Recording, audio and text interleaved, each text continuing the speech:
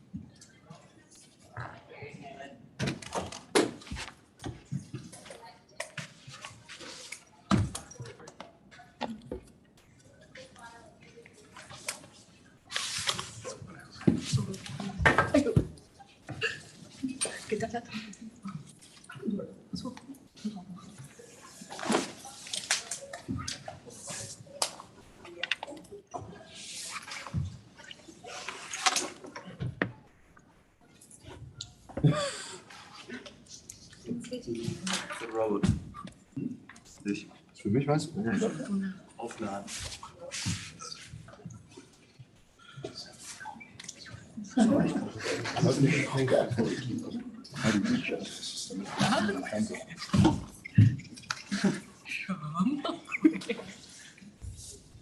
Okay, I think everybody's here now. So yeah, good afternoon, ladies and gentlemen. So of course, all the research and scientists. I'm Jeffrey, and I would be the founders and the CEO of the Science Sets. So I'm very happy to meet you here today talk about how the design can evolutionize the way of our scientific innovation and discovery. So yeah, I would say the most effective way for our scientists and researchers to understand what happened is two things. The first one is we read manuscripts, such as our preprint books, published papers, patents, reports, archived preprints, dissertations, theses, and essays. And another thing is that I think is to check and learn and verify from our works in details by viewing just a few the figures, data, coding, or algorithm. So before introducing what we are currently doing, let's take my own example. As some of my guests coming today know about me, I was a PhD student at the University of Cambridge. This is my journal paper published on IEEE in 2022. I was a researcher in the 6G wireless communication systems, but based on the chip design. I don't want to talk about any technology in details relating to that, but here I listed what the research generated. Actually, I wrote 3 conference papers, 1 journal papers, over 10,000 words, and over 30 figures and pictures and charts enclosed in that manuscript, and over 5 gigabytes experimental data has been generated, and over 50 gigabytes simulation and computer-generated data has been enclosed in the manuscript, and of course, 2 patents were under processing. Unfortunately, on the contrary, if we look back to what I got, so here they are. So I have 20 words champagne from my colleagues for congrats. Unfortunately, it's a $20,000 publishing cost payment bill and $1,000 conference registration loan. And the most ridiculous thing is that $30 payment pop-ups when I downloading my own manuscript. Sounds ridiculous, right? So why this happened? except that, for example, my data and like our reference or citation, so my data stayed in my local disk, just waiting for deleting is useless. And two patents fully own my affiliation, of course, University of Cambridge, and the notification from the publisher saying that 100% copyright or license to the publisher. So that's my own experience. So seems not good, right? So and let's see how the whole publication industry evolves and why this could happen. If we look back, overall, we say like the researchers are free laborers, but still pay for the publishing fee of their own work. So if we look back to the history of like academic publishing, we could definitely see there are 4 different episodes. I would say the first is the invention of printing. We call it like information replications. The invention of printing worked in the middle of like 15th century, helps our scientists work to copy and let others know and do more research on it. And starting from this point onwards, like the modern media system was established in Paris in 1848. So we would say like this episode is information broadcasting.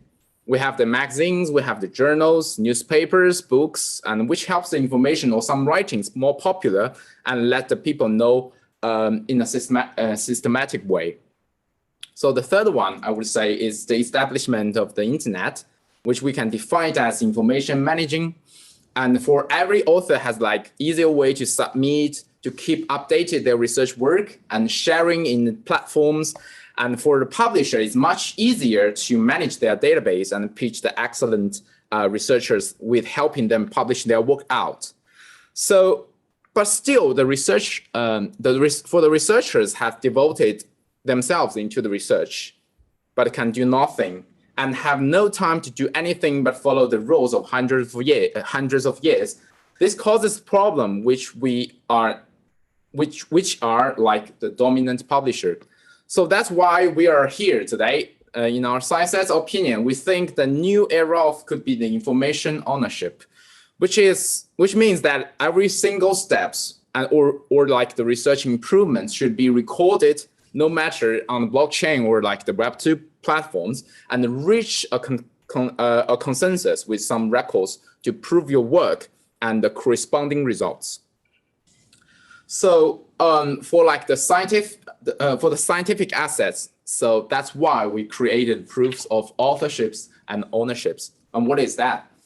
So for proof of authorships, it's just the reputational based credits, such as in our system is the cited times, accessing times, and related works, and peer review satisfaction, as well as like the awards.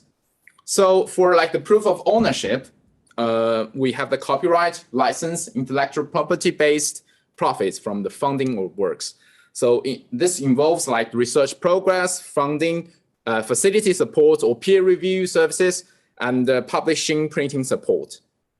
So these 2 standards could support like the experiment findings or research findings from the researcher scientists, and the data service from the data companies or providers, the paper, thesis, dissertation, or any other like the text from like the university or research institutions, as well as like the reports from the market analysts and report sellers, and books, journals from the publishers and libraries.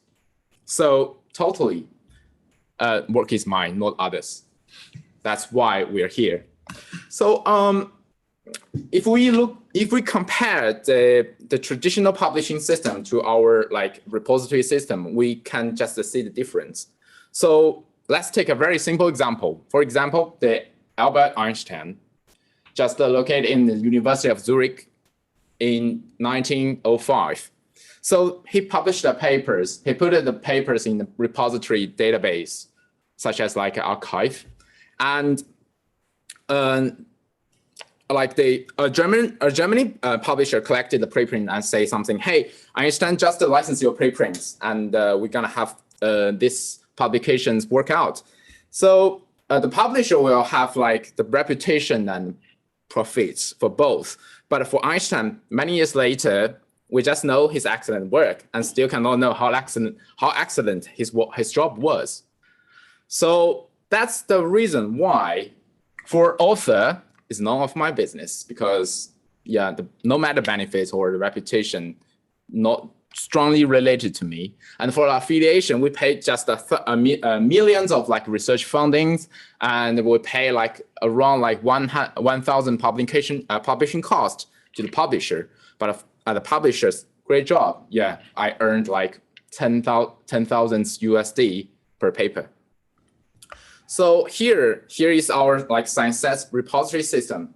So briefly speaking, the Einstein University and publishers can commonly share the contributions with the flexible proofs of ownership and authorships.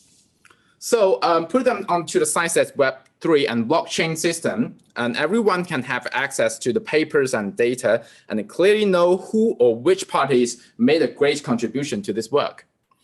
And naturally, the cash, or we say like the profits, will flows back to the ownership, these owners. And at the same time, if the credits or say like the proof of authorships will also automatically distributed to the platform and the third parties. So every subscription payment, no matter like the paper access or data downloading, can be compensated by this proportional way. I would say like for most of our researchers or accessing citations and could be precisely recorded on the blockchain. So,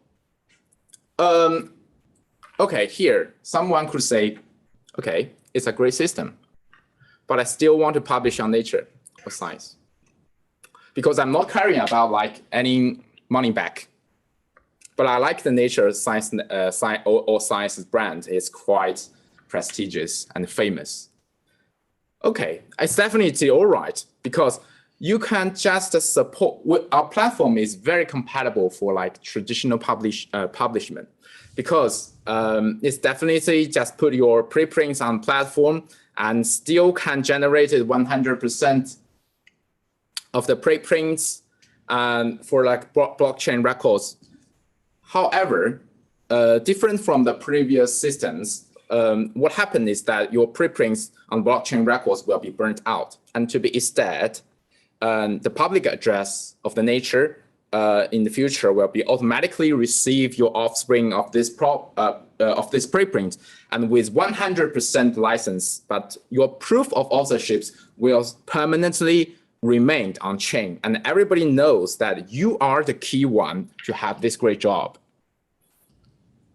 So here, I would suggest that our researcher coming today can have a try in the future to archive your research manuscript and data in a more fashionable way. But we will have our like, for example, we'll have like the author and affiliations. When they generated the preprints, they have like 50% and 50%, which related to your research or your fundings.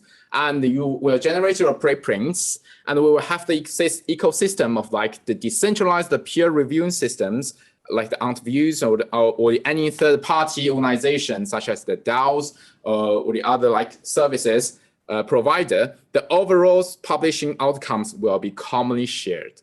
So, for example, taking these pictures, we can see that the preprints will just occupy 70% of that proofs of ownership, and 30% will come from the peer review, and the preprint will be remained on blockchain, and every like the payment or in the future, the rewards, the credits will flows back to every individual or this institutional account. So we could say that this is the self-publishing process. So here, the system hasn't been released, but yet I will show you some as a bonus for coming today because our system will be launched in the late April. So the first product we would like to introduce is the Science Raw, which is a self-sovereign data manuscript. So it's very easy to understand because it's very like the archive system, or we say the data provider or the data pools.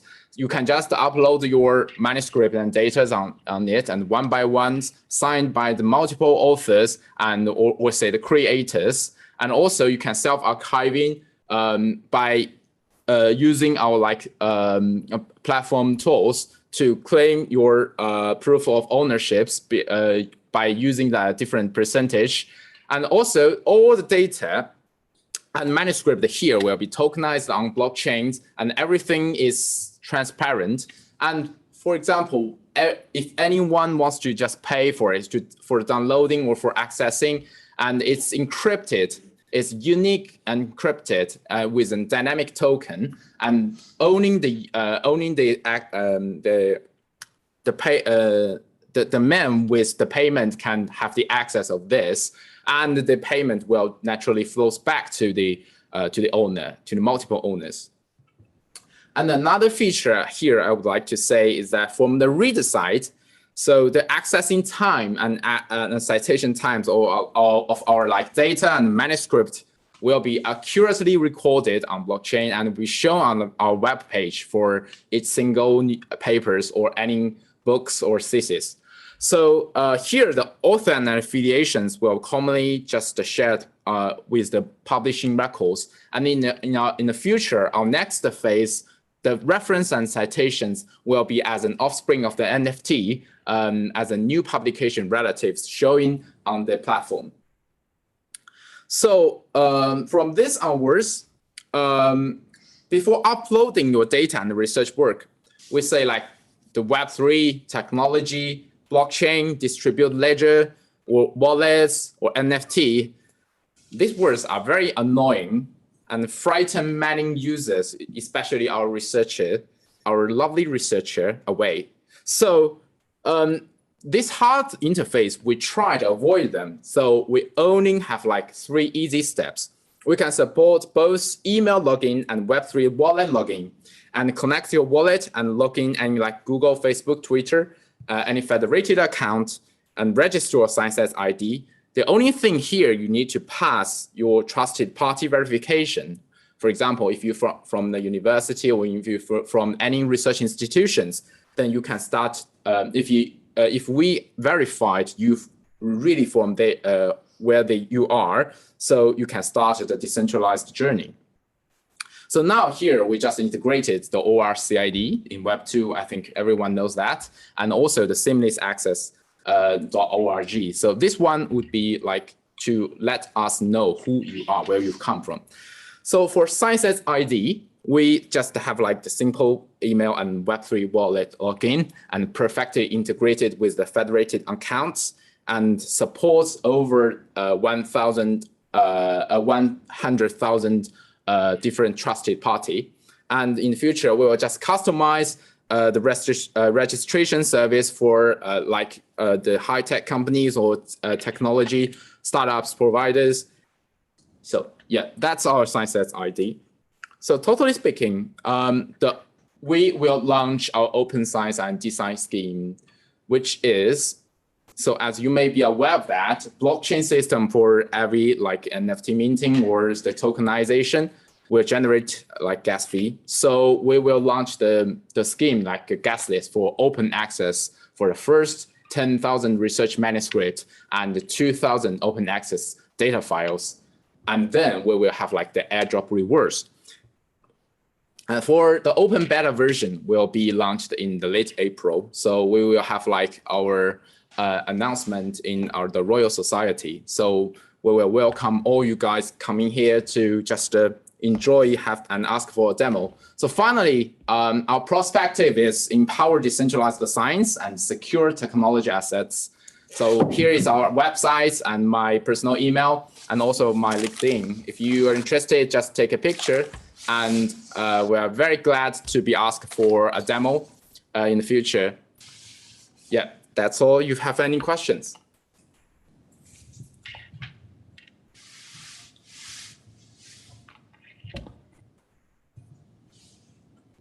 Yeah. So what's your specific go-to-market strategy in the way of like, do you just like bring it out as a beta and like targeting like any scientist who like wants to join, or how do you plan to do that?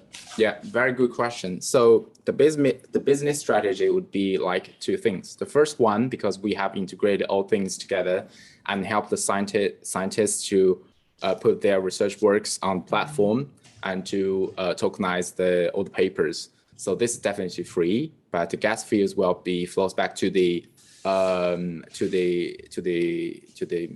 blockchain infrastructure such as Polygon, the Ethereum, and now we integrate it with BNB chain.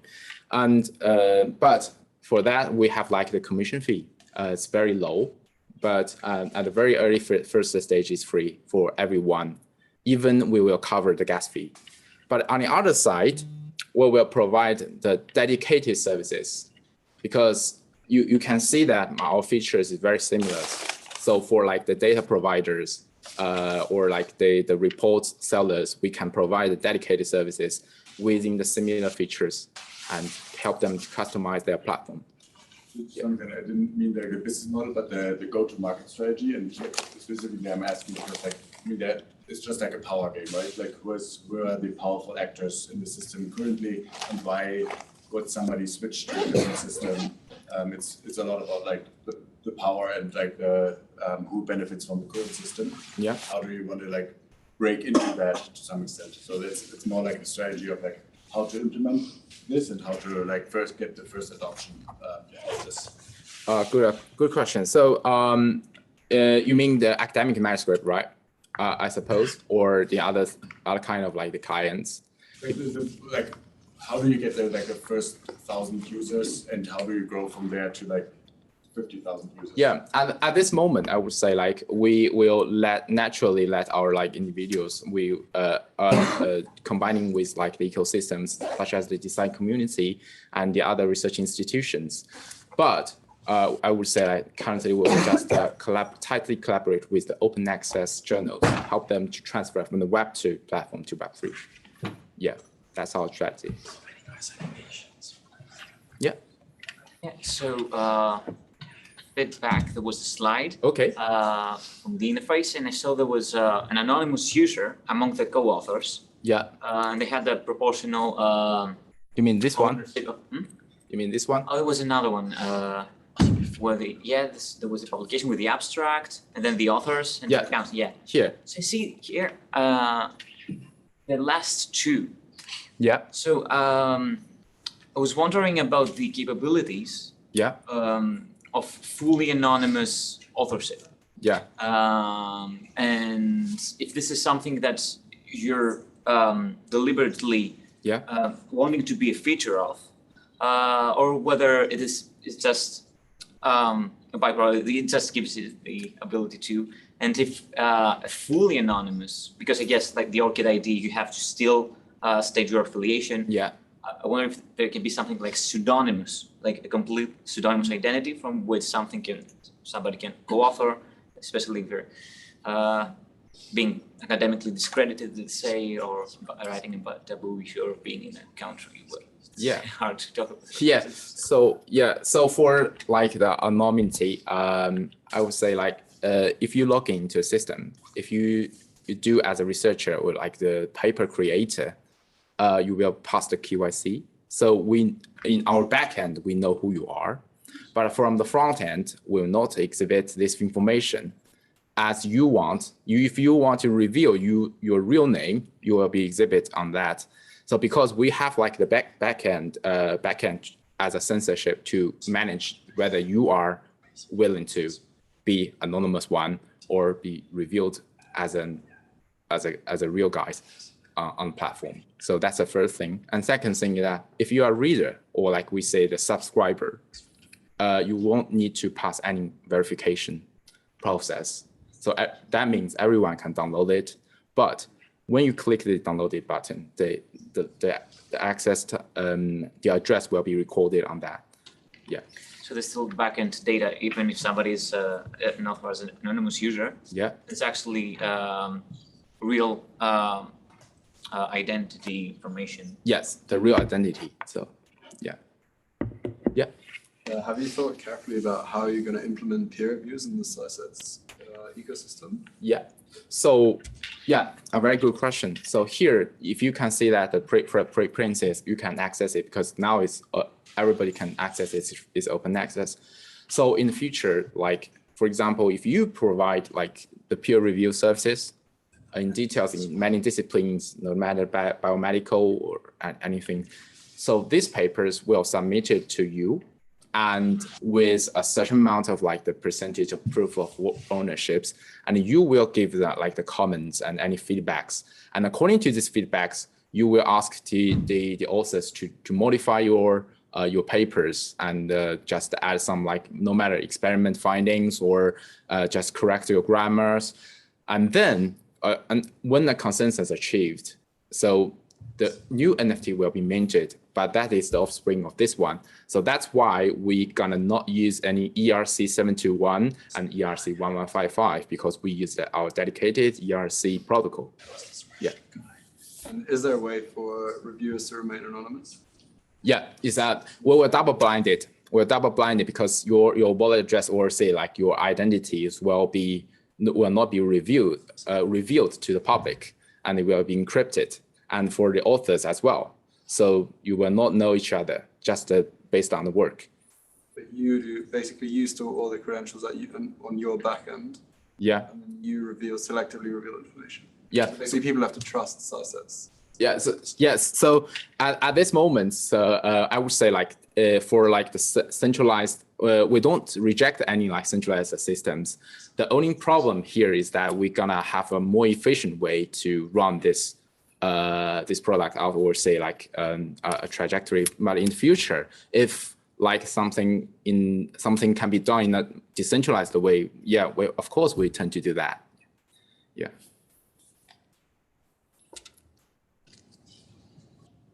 Yeah. Question, just touching on that. So you could have anonymous reviewer, they pose questions. The person has to go back and undertake the work. So if it's lab work or the like, they have to fulfill that and then upload that data, and then it gets reviewed again. Yeah. What's to stop the reviewer just going back to them and saying, you need to do more, more, and more? And also, I assume it will be algorithmically based on the, so the reviewers will be experts in the field, key opinion leaders and the like. Yeah. And of course, we know about the fact that some of these fields can be extremely small, and there could be, collaboration, or there could be defensive risks. So there could be competitive risks against certain reviewers and certain reviewers knowing that work. So, you can go to a review and you can say to the editor, I don't want this review, this review. But as I say, a lot of these fields are quite small. So how do you mitigate the whole competitive nature of this when there are only 10 of the leading people that are experts in the field, and a few of them don't like this one person, and that one person wouldn't want to be reviewed by that, that group? How do you get around that side of things? Yeah. Okay, I think this is a long question, but I would say like we gonna do this in like 3 steps. The first one, to achieve a very major decentralized peer review, it needs to combine the current tokenized platform with the previous publication system. What does that mean? It means, for example, for this, we're gonna have only design for the new coming outcomes of the preprint, but for the previous published papers, we didn't include it. But in the future, if a peer review systems will be launched, the previous publication will be involved. That's the first thing. And according to your previous publication history, we're gonna have you estimate your credits. That is the proof of authorship. So more authorship you have, the more possible you kind of get the peer review manuscript from the same discipline. So it's automatically, we don't expect that we will just using the SciSets delivery these preprints to other services, but it's connected as a node on the site. It's just based on proof of authority, or always say like the proof of contributions. So high contributions will have a high possibilities to receive the manuscript. And that's the second thing. And the third thing is that I would definitely, this is one, it would be the predatory publishing, which means, for example, we are do the same research project, or say the similar, but I know what you are currently doing, so I may just want to reject your papers in another publishing. So that's why we say like it's necessary to put your research works as a preprint on the blockchain, because it's a very strong evidence to let everybody knows that this work is first starting from you, not the others. Yeah.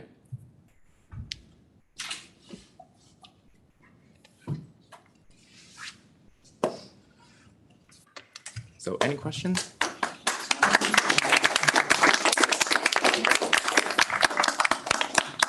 Organizing notes. We have drinks after the event, which are about an 8-minute walk from here.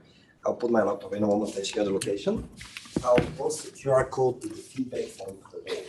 We would really appreciate that feedback. We tend to read the laptop on it the same evening, so it might have an effect tomorrow.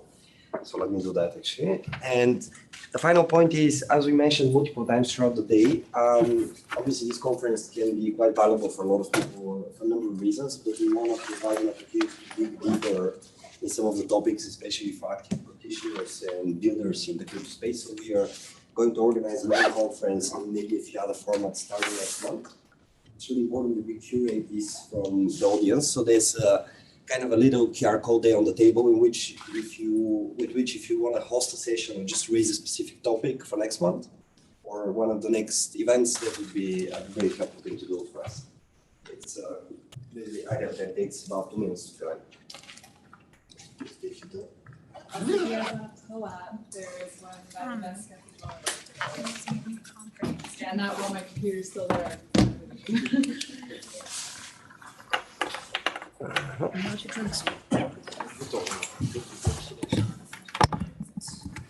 She did. Let us here. Thank you. So, Yes. Come on. Some of the best slides, I think, really great. There we go. Feedback form on the projector. yeah, as easy as possible. Scan the code on the way out. Thanks. See you tomorrow. See you tomorrow. Let's just see. Thank you. Welcome. Get myself in the room.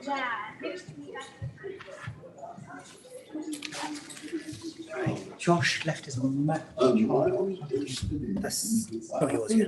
No, The peer review system. but I think this is from the Creek. I think we need a new way to you do think this is it, Josh's? definitely, and we need a more open. Said he left it plugged in. You can also. Maybe this is Josh's. Yeah, I think. Yeah, and I now remember did he show them not around this talk. So. What's the situation? Yeah. You're launching April. How are you funded or what? I'll just send him a picture, just double check that I'm not stealing the cricks. We just Yeah. launch beta, get people. How on, should we get them communicate? using it, Did and we then put they the start after to drinks pay. information on the Telegram group? Yeah, and people have announced it there as well. Very good question. So we have like Good shout, man. That is a good shout. How'd you find everything today? I think everything was great. I mean, Honestly, without you guys, it would have been a disaster. it's a multi-person type thing, right? Yes. Well, who the co-founders of this? It's your Alfie only, or are there other kind of? Me and contributors? so like I set it up, and then Alfie was the first person to come on the first event. Yeah. Came early, and it was just me and him for like an hour. And then he was like, "Can I help you run it?" And then I was like, "Yeah, sure." And then that first event, maybe about 10 people came, and then from then we were kind of doing the monthly ones. And then he's been good. Like he's good to run it with. Takes initiative a lot of the times. Really on it. So yeah, it's me and him, and then like most of the committee are people that just come to our events, and then they will ask. Then there were rumors of we're doing a conference, and I'm like, "Yeah, can we help you run it?" So for payments, I would not say like it should be deliberately free, but it's flexible. But whether we always pay notify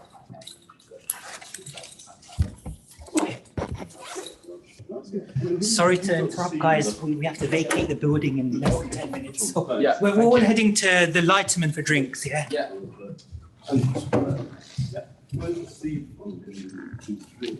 Yeah, so